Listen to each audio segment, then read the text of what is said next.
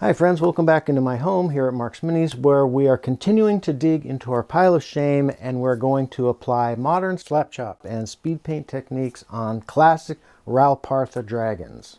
This will be the last classic model we're going to speed paint for a while because the new Mythic Battles Ragnarok Kickstarter has arrived.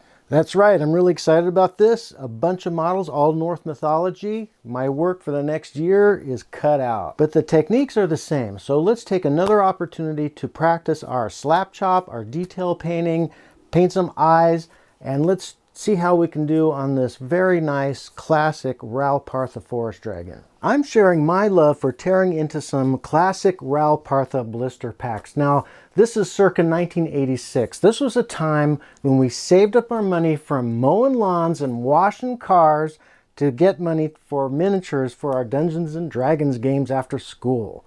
Now, as for me, being old, those were my college days, and as it turns out, my study buddies were also my D&D buddies. So twice a week we would gather after school and grind out our homework to get it out of the way, and then we would stay up gaming till like 2 a.m. It was great. And there it is, the 1986 year stamp.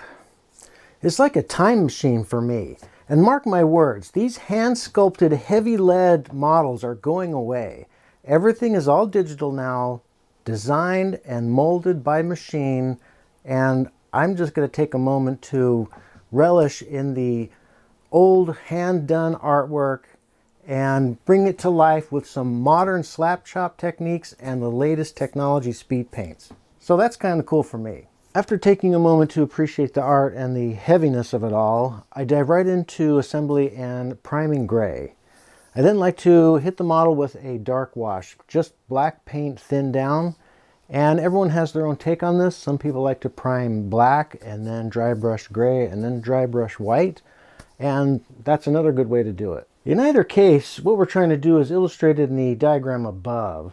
If we were to take this dragon's wing and slice it and look down the side, we see something like this, where we want to put dark pigments in the recesses and white dry brushing on the highlights. And with a little practice, we get a smooth transition between the two and leave a little bit of gray from the primer showing as well.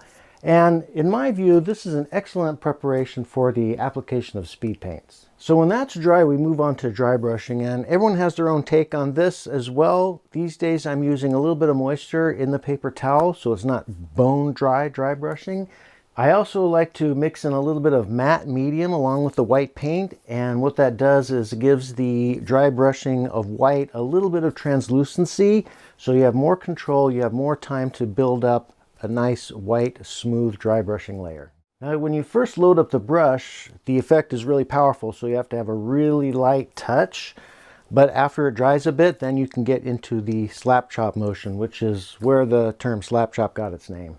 And now, friends, the moment we've all been waiting for, the magic of speed paints, which are the best paints out there for collecting their pigments in the recesses and pulling away from the highlights. They are just amazing.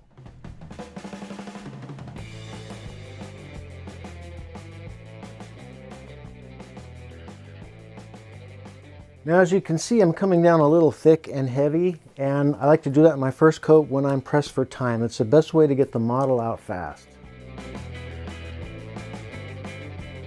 And don't go away thinking this is only for beginners and intermediate painters to kick up their game. There are master level artists using nothing but speed paints, and they take their time and they apply the speed paints carefully to specific areas, building up the tones they want with different colors, and they do amazing work.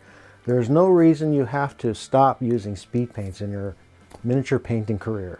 And here's why beginning painters should be using and are loving using the Army Painter Speedpaints. Look at this gorgeous shamrock green color.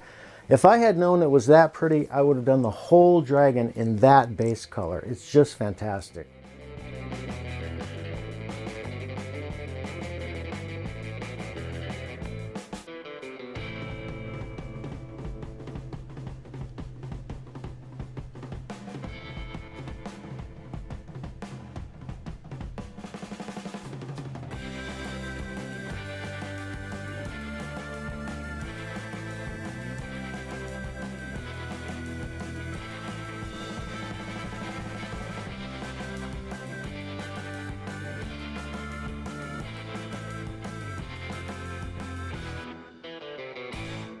And so, my friends, we're on this journey together to become better painters, so let's take this opportunity to practice some detail work with our new sable brushes.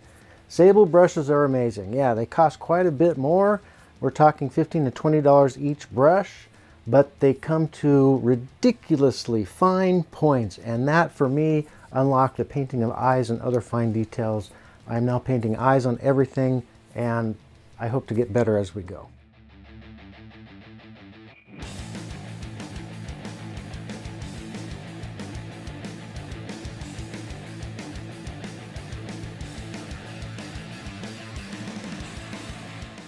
So as we watch me here struggling to paint these eyes, I have some advice for beginning painters, and that would be start with eyes that are somewhat large, obviously, a little bit more room to work with, and I would try to squeeze in 2 or 3 colors before you go in for the black of the pupil.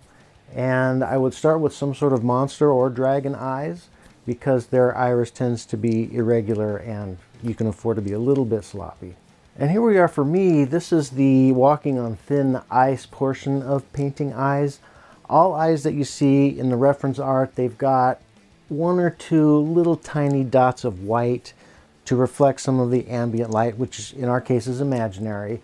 So you have to try not to obliterate your nicely done eyes with these highlights of white. But if you can get them in there in somewhat natural appearance, that really will set off your eyes. They'll look much more realistic.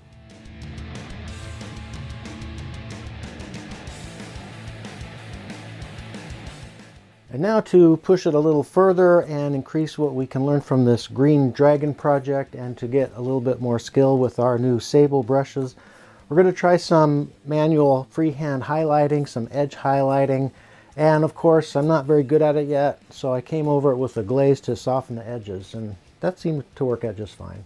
Again, I don't want to spend a lot of time. We want to get this model done and on the table immediately. Ragnarok is upon us.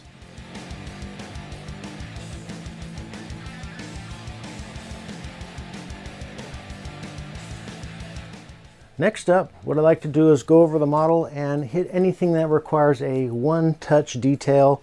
Nothing too fancy, but these little fronds that are coming between the scales of the armor seem to be a feature of the sculpt, so I just want to go over and touch them and add some more dimension to the model.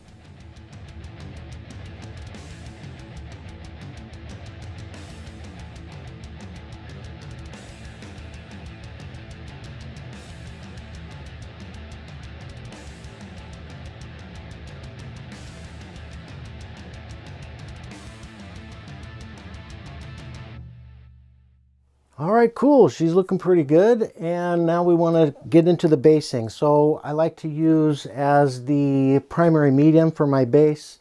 It's just drywall repair compound. It's a white powder. When it dries, it's very light and sandable.